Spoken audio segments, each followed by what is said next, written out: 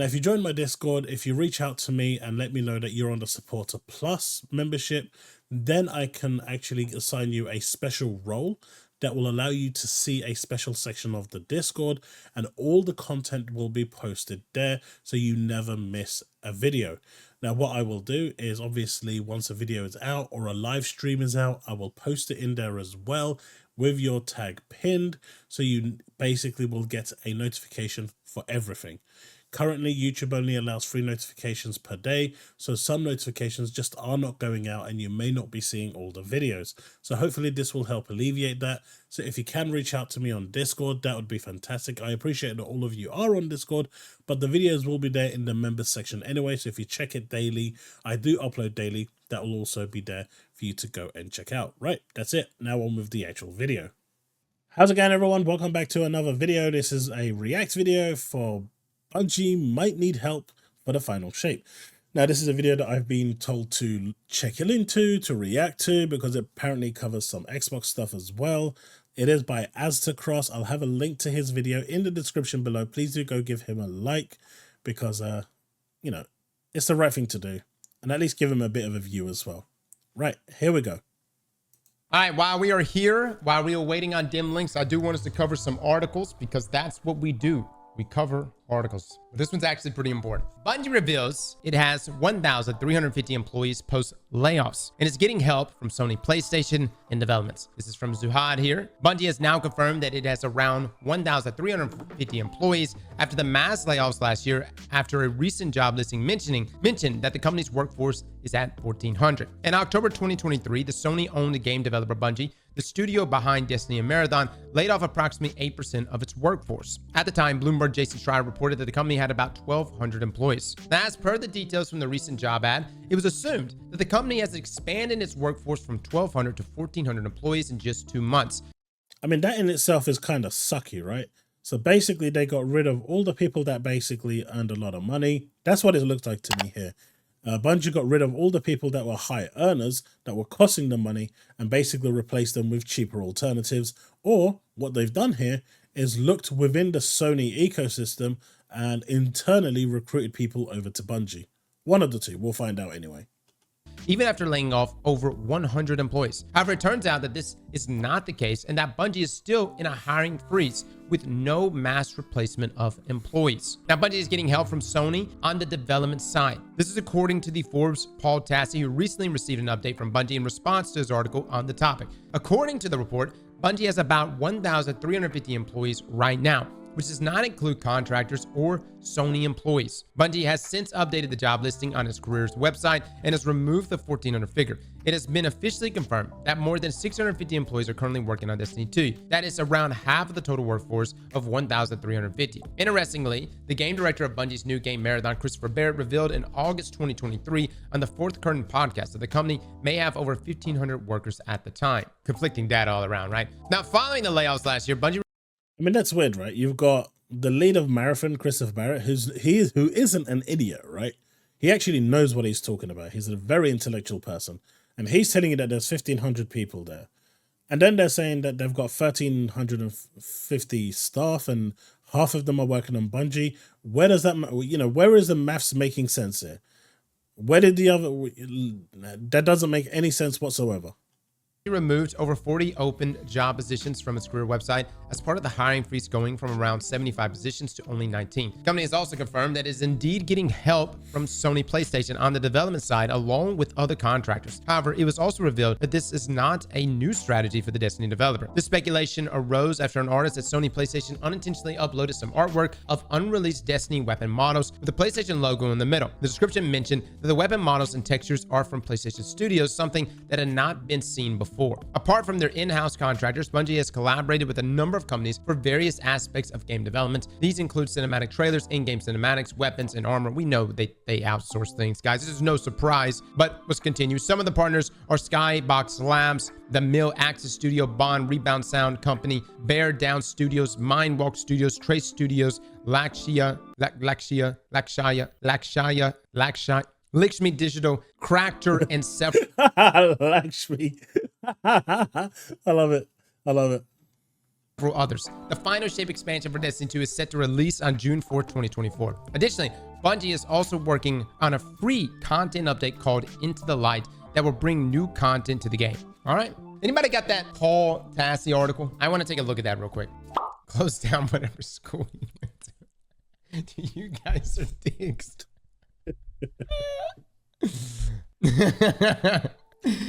Oh, man. Y'all are that next level dick. You know what I mean? Now, we touched on that article, but let's get right to the source.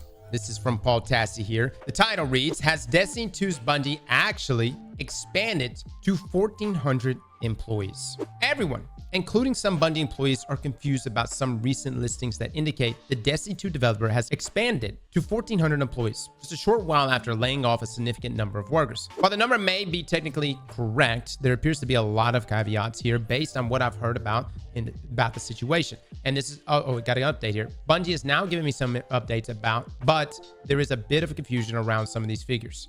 Okay, hold on. Bungie is now giving me some updates, but there is a bit of confusion around some of these figures. Bungie tells me they have about 1,350 employees right now, which does not include contractors or Sony employees. Sony employees and contractors are indeed helping out, but outside help is not a new strategy for Bungie, as they've done that in the past. We've seen that from trailers, guys. They've literally outsourced trailers. I even think Lightfall's trailer was outsourced, right, Chad? Lightfall's trailer, which was a banger, absolutely. Now, Bungie delisted many roles after the layoffs, and there's not been a mass replacement of employees or rehiring. There remains some confusion about the number of employees when layoffs started and ended, as I'm having trouble getting the exact figure for those. Now, players are hoping the PlayStation help is reminiscent of when Bungie had support studios from Activision helping out with Destiny 2 content back in Forsaken, Black Armory, Drifter, Opulence era of the game, which many players have fond memories of because of the breadth of what was produced, primarily Vicarious Visions, which they did so much. And you can almost see they did. Vicarious Visions did an enormous amount.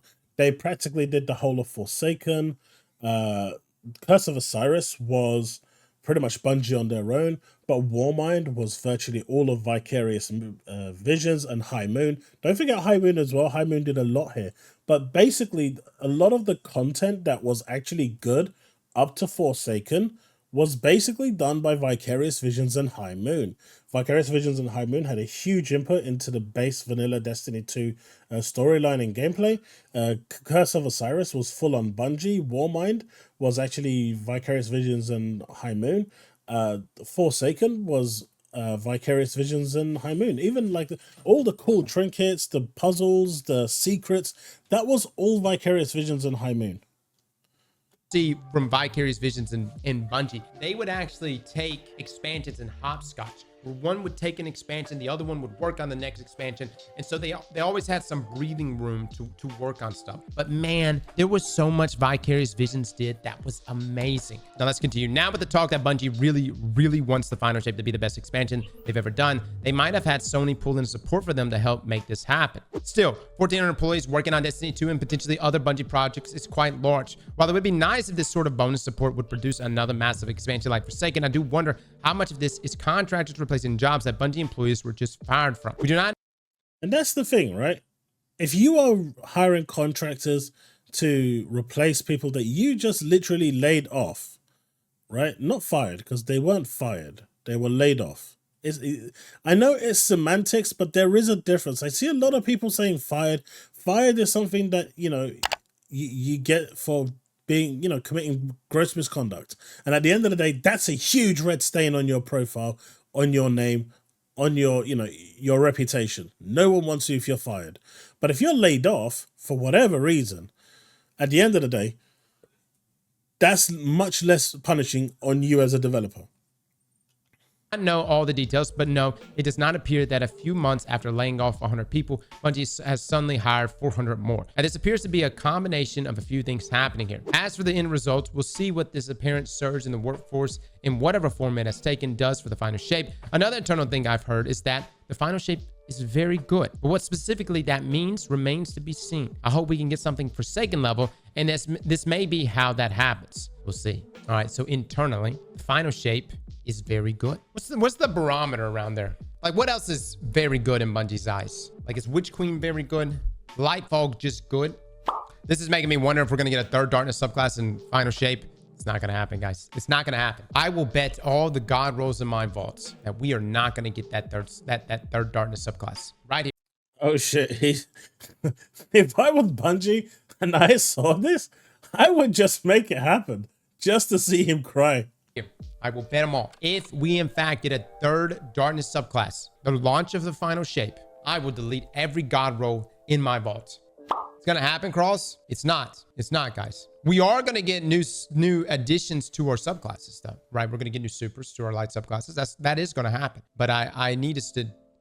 I'm just trying to level expectations here. These additional people being added is not gonna suddenly give us that third darkness subclass. I don't see that happening. What I do see happening is I think final shape is going to be more refined. I think the narrative and campaign are going to be a lot better. I think the raid is going to be really good, and I think we're going to have a ton of loot. I mean, a ton of loot. And Bungie's already mentioned multiple times that that's the plan. Ton of loot, new archetypes, things like that. But so what it means by ton of loot is that they might get one exotic armor per class. They might get one exotic weapon per class. That's, useful for that class. And maybe they might get a class item, or maybe a sparrow. That's probably going to be an Eververse. But what we can see from this is the fact that Bungie basically got rid of all those people, and then they said, oh crap, we're actually in a position now where we can't build final shape. And so they've gone back to Daddy Sony. They've gone back to their parents and said, hey, look, Daddy, I need some help, because I got rid of these people for you, so your profit margins can be good and we can keep our company. But in return, now we have a problem with delivering on our promise to release final shape, so we kind of need you to help us. And the bad thing about contractors, and why a lot of people use contractors instead of permanent staff, contractors go under variable costs. Variable costs get grouped up into one big kind of number, and you don't really see itemized stuff for that variable cost, right? For fixed costs, you do. So salaries, and electric, gas, all this, those pretty much have like a fixed ratio of what it's going to be. I mean, maybe not gas and electric, but you get the point I'm trying to say. Certain things that are fixed, like software, yearly subscriptions and whatnot, they're all fixed. They can't change. But the variable stuff, that kind of gets pushed into one bubble. So it's easy to hide where your actually money is going, especially if it's variable like contractors. I know a lot of companies that actually do this. Instead of hiring permanent staff, they hire a lot of freelance, so it looks great on their their fixed report, because it shows that they're doing all of this stuff with the little stuff that they have. But in the back end, they've actually got a ton of contractors that's just piling in and making that variable cost bigger and bigger and bigger. And eventually, one of those companies that I know of, someone I know works, eventually, their parent company and said, why is this so big? So that will eventually, that's the danger of it. But if you're smart and you keep it within a certain size, it's almost impossible for your parent company to actually notice. And so that's why a lot of companies do that. It's really sneaky, it's really horrible, and quite honestly, it's quite disgusting. But I totally see why. I also think a good portion of these people that are being hired is to get Marathon out the door. Marathon next year is going to be the year of Marathon. And I do suspect that we're not going to get an annual expansion from Destiny 2 in 2025. Now, I agree with that. Once Marathon comes along, and if Marathon is a hit, Destiny's going down. Destiny's no longer going to be their poster child. That's obvious. I think 2025 is going to be completely focused around Marathon and getting Marathon out the door. And then who knows when Gummy Bears is supposed to come out. But Gummy Bears is the other one that they're working on in Unreal Engine. But yeah, them leaning on Sony to start helping them out. Sure. The question is, how much of this is part of like Sony showing up to help out, or Sony showing up to start, it's like every time they fall short of a revenue projection that they've given Sony, how many more people from Sony will continue to keep showing up? Because that's part of the deal. You fall under certain revenue thresholds, Sony takes over more and more, or supposedly, right? I mean, in the end, that's what's going to happen. I mean, it's obvious that Sony will eventually completely overtake and take full control of Bungie. I mean, they own Bungie anyway, even though people say that they have their independence. That's rubbish. You don't pay $3.6 billion to let a company run wild and do what the hell it likes. Clearly, the fact that there are clauses in there that basically hold Bungie by the balls tells you that Bungie is not free to do what they want. They are still restricted to what Sony wants. And though they may have some creative freedom that they penciled into their contract upon being bought, like Marathon being multi-platform, going to Xbox day one, that was a decision that Bungie wanted to put in at the time for their contracts. But ultimately, when it comes to like the money-making side, that's all Sony. That's the risk there. Does it matter? I think it does. If you like the way Bungie is now, you probably wouldn't like a Sony Bungie. You probably wouldn't like a Sony takeover of Bungie. Now, I have stated in the past what I would love to see is, because I think Bungie's sandbox team is fantastic. I think they should always have the reins there on sandbox. I think the quality of life changes that have been done inside of Destiny have been really, really good, from loadouts and everything else added over the year to Fireteam Finder and stuff like that. It's taken 10 years. I'm sorry, sure, you're going to credit them for something good that they've done, and well done to Bungie for finally giving the community something they've been asking for 10 years. But imagine if you handed the reins, the narrative reins, to Santa Monica, and you said, hey, here's all the lore. Take what you did with God of War, okay? Now do it in this game. What's your point? My point is that although I'm sure working with Sony is in fact a bit more stressful, considering the differences in work ethics across cultures. That's what I'm referring to. So wait, why did they just hire 400 people after laying off 100 people? I don't know, man. That's a question for Bungie. What did that article said? We kept the right people. Maybe I don't know. I don't know. Man, I've just noticed how much Pete Parsons looks like Jim Ryan. Maybe this extra 400 more people is the right people in Bungie's eyes. Or Sony said get rid of those people because we want to start bringing in our people. Huh? This is only something that Bungie and them know internally. Did they hire them back? No, they did not. But keep in mind, guys, this is everybody, dude. Everybody. I mean, start of January, there's been so many layoffs. So many gaming-related layoffs. Y'all see that Activision and Microsoft just laid off a crap ton of people in this merge? And I mean, that's to be expected, but... There you go, right? I said this in my earlier video, for those of you that watched it. In a merger, it's expected. And that's the key point here. It's expected. Unlike the layoffs at Bungie, at Insomniac, Naughty Dog, or basically across the whole of Sony, Embracer Group, Amazon, and whatnot, after the burst of supply and demand, things were always gonna kind of burst and jobs are gonna be lost. A merger, you're expected job losses. You cannot have a merger without job losses, because there are duplicate positions that don't need to be filled, and those duplicates that come from the company being swallowed are going to be terminated. Yeah. So this is from Jason Schreier right here, breaking Microsoft, and this just adding on to everything. Because I know as a Destiny player, we tend to think that this is only affecting Destiny. We're like, oh my God, this is Bungie. How could you? But there's so many people getting laid off in the gaming industry. So from Jason Schreier here, breaking, Microsoft is laying off 1,900 people in its gaming division, including Activision Blizzard, just 3 months after closing its $69 billion acquisitions. Story comes shortly, first reported by The Verge.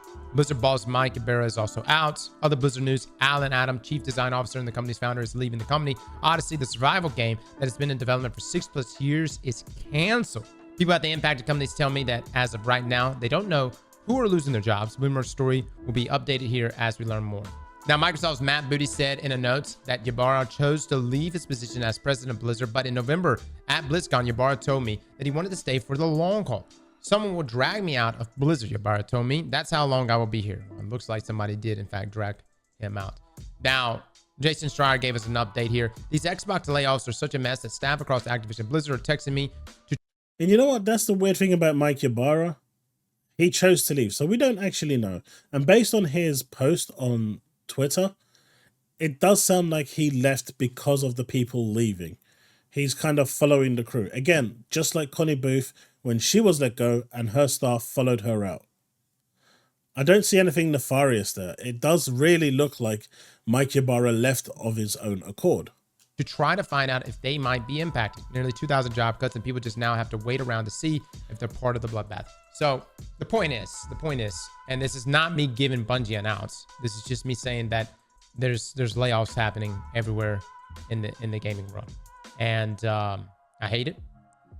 But it's hitting now. I know with Xbox, everyone kind of expected this, considering there's so many overlap in job positions between both Microsoft and Activision.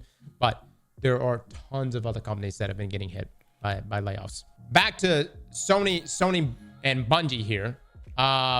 What we do know for a fact is that if Bungie does miss certain revenue thresholds, Sony will continue to take over more and more of Bungie. And so I'm sure there is a level of urgency there from everyone. I don't think Bungie or the people working at Bungie want to work for Sony, as some of you have pointed out. Maybe it's a difference of work environment. Some of you are rooting for Sony to take over. I don't know. I just want Destiny 2 to be a great game. I don't know what that would require, whether that means more Sony influence, but hopefully we get there. Slap that like button.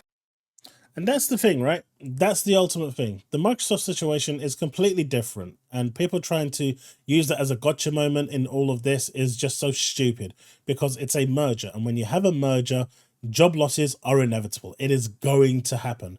Now, these, the extra stuff that we saw, the customer service side and the retail department being shut down and maybe being offshored, well, at least the customer service is being offshored, but the retail, I mean, this just could be their pivot straight to digital. As we saw, they're looking at an all digital future. But the situation here with Bungie and the stuff, it's not sitting right. It's not going well. And, the fact that they are sitting here hiring people or bringing people in from Sony to cover the shortfall that they have from laying off those staff, it doesn't fit. It doesn't stack. And the numbers that they're giving also don't work with, what's his name? Christopher Barrett saying there's 1,500 people working on Marathon, but yet at the same time, there's 650 people working on Destiny 2. That in itself is over 2,000 people, but the staff have only 1,350 with 600 odd coming in from Sony. So where is all this going? So where is, I mean, if you look at those numbers, I guess that would make sense, but that 1,500 number was said before the layoffs. So it still doesn't make sense. It still doesn't add up. It still doesn't work out. So someone somewhere is lying, making numbers up, fibbing their facts, but you know what? It is what it is. That's the situation. Let me know what you think in the comment section below. Do you think Sony will eventually take over Bungie? Is that the future that Bungie has in store for it? Or will Bungie ride this out and eventually go independent once again? You let me know, because I think, you know what? On this, Aztecross got pretty much every point right in this video. There was another, lately he had been kind of towing the company line, but again, this one was a very based video, and he called out the sections that needed to, and kind of explained and kind of wiped the slate clean with others like the Microsoft merger, which even he said people, that's expected behavior once a merger happens, which it is. But anyway, you let me know what you think in the comment section below. Let's have that discussion, and I'll see you in the next one. Remain legend.